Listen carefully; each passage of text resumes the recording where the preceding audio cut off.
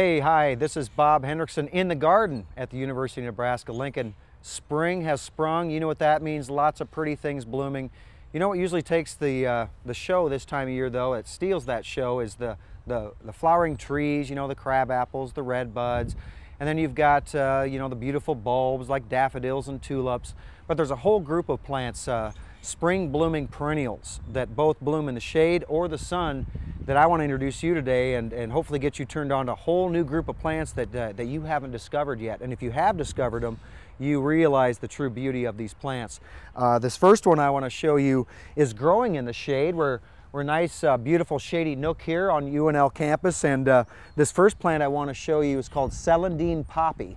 And celandine poppy comes from the Ozarks. It's native to as far north as Arkansas, but beautiful cut foliage on the plants and these beautiful poppy looking blooms that top the plants early in the spring, usually start blooming by late April, and then even after it blooms, the foliage remains attractive all seasons long. Awesome plant for the shade garden, and one that really has gone unnoticed. And then next to it is a plant that's actually a recommendation through the Great Plants for the Great Plains program. And you can find more information out about the recommendations with the Great Plants program at arboretum.unl.edu. And on that page, you'll see more information about the variegated Solomon seal. And the variegated Solomon seal is a really cool plant when it's emerging in the spring. In fact, it's not showing it here because it's past, but it was first emerging. Its leaves are kind of pokey and they look like it's a color of a watermelon red. And as they emerge, it kind of changes to this green with a variegated white striping in the leaves. And it's really cool as it emerges because the folded leaves kind of unfurl from the stem as it's breaking out of the soil, and then all of the arching stems kind of face the same directions towards the sun. So really cool plant, the variegated Solomon seal. I want to show you plenty more of spring blooming beauties, so come with me and let's go look at a few more. Oh my, you know, I couldn't go any further without stopping by this cool plant. Here's an excellent shade plant that deserves more attention. It forms a beautiful ground cover in the shade, and it tolerates dry shade, meaning the shade that we all just kind of hate, that shade under pine trees, you know, just always bone dry under there. This guy really handles it. This is called epimedium. Yeah, it's one of those funky names, epimedium. And epimedium has a really barren wart. You know, I mean, come on, what would you rather call it? Epimedium or barren wart?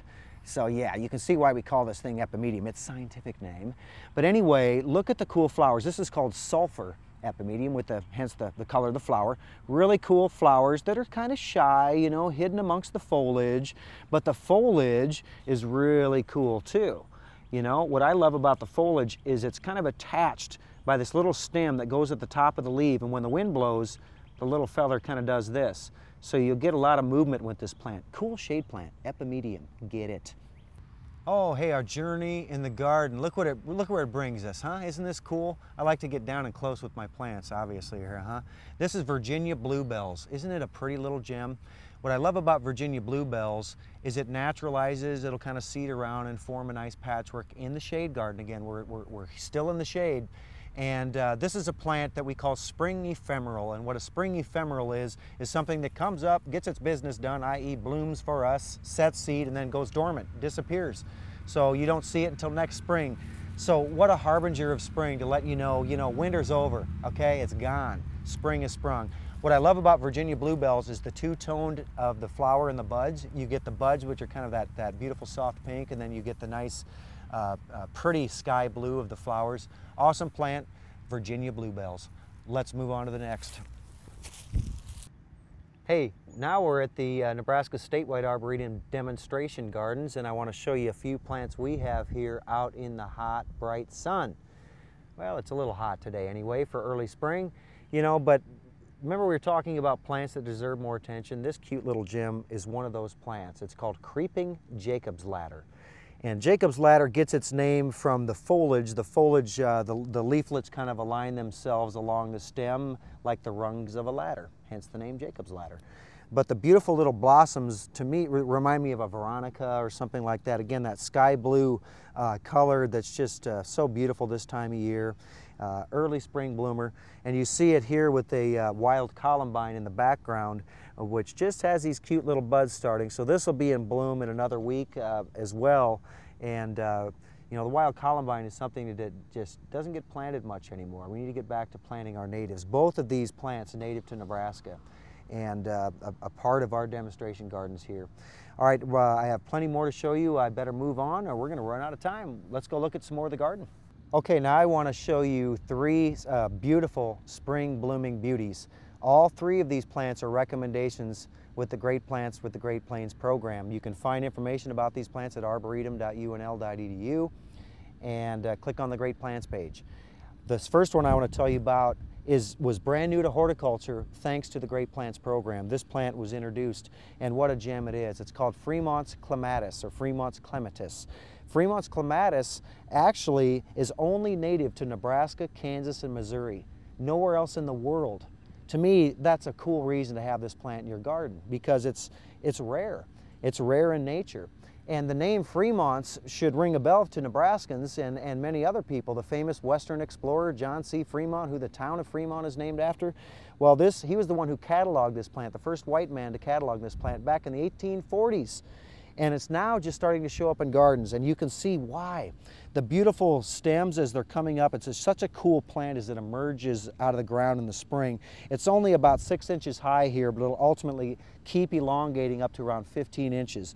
Covered with this fuzzy fur, and the leaves, what I like about it is the leaves are literally cupped around the flower buds, and then these leaves unfurl, and then a new stem comes up, and then those unfurl, so it changes daily. Really cool plant. And then it finally emerges with these beautiful flowers, and the flowers can be a number of different colors to this beautiful purple color, but I've seen them kind of a pale pink to a creamy white, and just we've got a wide variety of colors just on the plants we have here, so you get that variation, which is fun.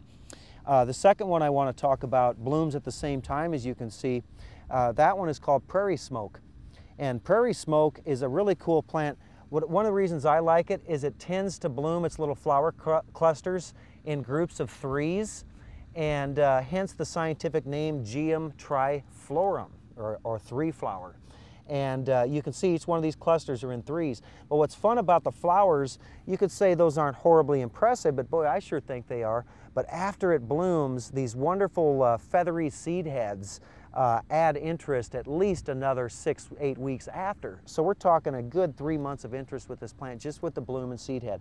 The seed head looks like troll doll hair to me, but they described whole patches of this on prairies in Minnesota and in North Dakota as literally the prairie was smoky, so that's where the name prairie smoke comes in. And then the last one in this little group I want to show you is right here, this wonderful plant called pasque flower. The pasque flowers, Native Americans like to call them old man of the prairie because they felt the seed heads kind of look like old man's hair, and to me it kind of looks like that. But today we call it pasque flower. This plant you're looking at is South Dakota's state flower, and very easy plant to grow in the garden. And one of the things I love about it is the beautiful flowers, obviously, but the seed heads. The seed heads are just as gorgeous, shiny and shimmery in the sun, and they persist, gosh, for at least a month and a half after it flowers. And then not only are the seed heads cool, but look at the foliage of this plant. The foliage of this plant is very fuzzy and furry, just like the fuzz and fur of the Fremont's clematis. And plants do that for a reason. They're not out to do that to make themselves look all fancy schmancy to us. They're doing that to hold moisture inside their leaves. So these plants are used to the hot, dry conditions of the prairie, hence they're low water use plants. So you can think green by gardening using these great plants for the Great Plains. We've got plenty more to show you. Oh, and one other thing before I move on. The foliage of this plant, the finely cut foliage, looks good all year long as well. So that's what we're after with the Great Plants program, recommendations that are low input, sustainable, and look good all season long. We got more to show you. We are about to look at our last plant here, and you know, we've plenty more plants to look at.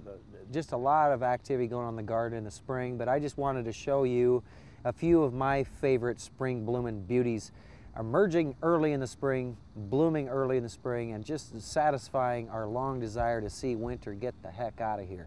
So I hope you learned a few new plants today and are inspired to put them in your garden, because again, remember, the plants I showed you are easy to care for, low maintenance plants, and this last one is no exception. I love ground covers, plants that creep along the ground, and this one's gaining a lot of attention in the gardening world. This is actually a release through Plant Select, which is a plant promotion program out of Colorado State University and Denver Botanic Gardens. This one is called Turkish Veronica, or Turkish Creeping Veronica.